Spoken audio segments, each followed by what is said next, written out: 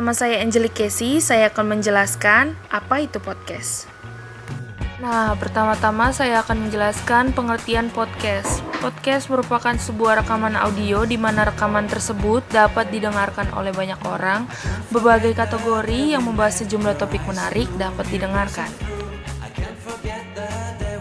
Selanjutnya, kelebihan utama podcast. Ada banyak pilihan podcast yang bisa didengar. Ada ratusan kategori dan puluhan atau bahkan ratusan ribu podcast yang bisa Anda pilih sesuai dengan minat dan hobi Anda.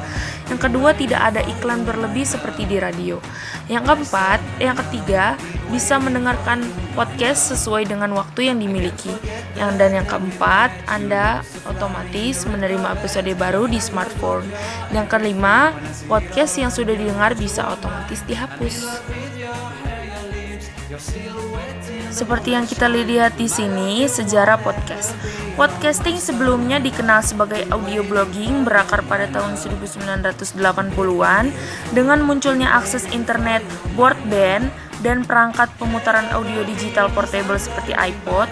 Podcasting mulai populer pada akhir 2004. Saat ini ada lebih dari 115.000 podcast berbahasa Inggris tersedia di internet dan lusinan situs web tersedia untuk didistribusikan dengan sedikit atau tanpa biaya kepada produsen atau pendengar. Menurut satu survei pada tahun 2017, 42 juta orang Amerika di atas usia 12 tahun. Jenis-jenis podcast. Yang pertama, interview podcast. Podcast jenis ini merupakan podcast di mana host akan mewawancarai tamu atau narasumber yang berbeda pada setiap episode. Yang kedua, solo podcast. Podcast ini biasanya bersifat monolog. Jadi podcast ini hanya dengan satu orang. Biasanya podcast ini digunakan untuk menyampaikan opini. Yang ketiga, multi-host podcast. Podcasting ini memiliki 2 host atau lebih. Podcast multi-host menawarkan diskusi yang memiliki pendapat dan perspektif yang berbeda yang dapat membawa nilai hiburan lebih bagi pendengar yang suka mendengarkan percakapan dan debat alih-alih satu orang yang berbicara.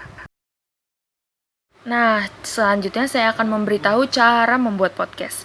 Yang pertama, menyiapkan tempat. Jika kamu fokus dalam pembuatan podcast, tidak ada salahnya kamu menyiapkan tempat atau studio khusus. Yang kedua, menyiapkan peralatan dan kebutuhan podcast. Yang terpenting yaitu peralatan podcast seperti mikrofon, audio recording, software, editing, dan lain-lain.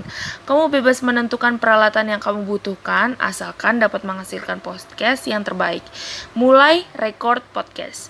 Setelah semua telah disediakan, sudah saatnya untuk mulai recording podcast kamu. Dan yang terakhir, mengedit hasil podcast.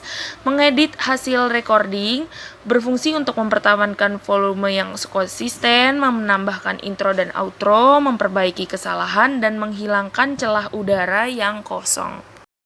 Itu saya informasi dari saya. Terima kasih yang sudah menonton.